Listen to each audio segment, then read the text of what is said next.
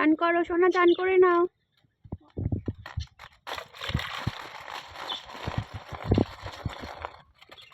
গায়ে জলটা দিবি তো, সব নিচেই জলটা ফেলছিস।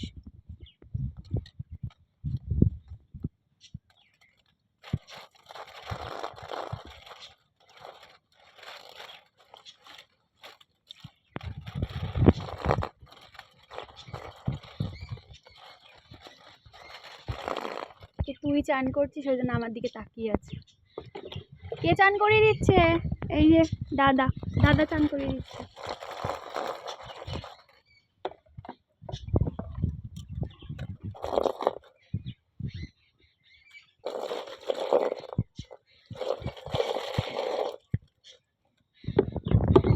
হয়ে গেছে, স্নান হয়ে গেছে।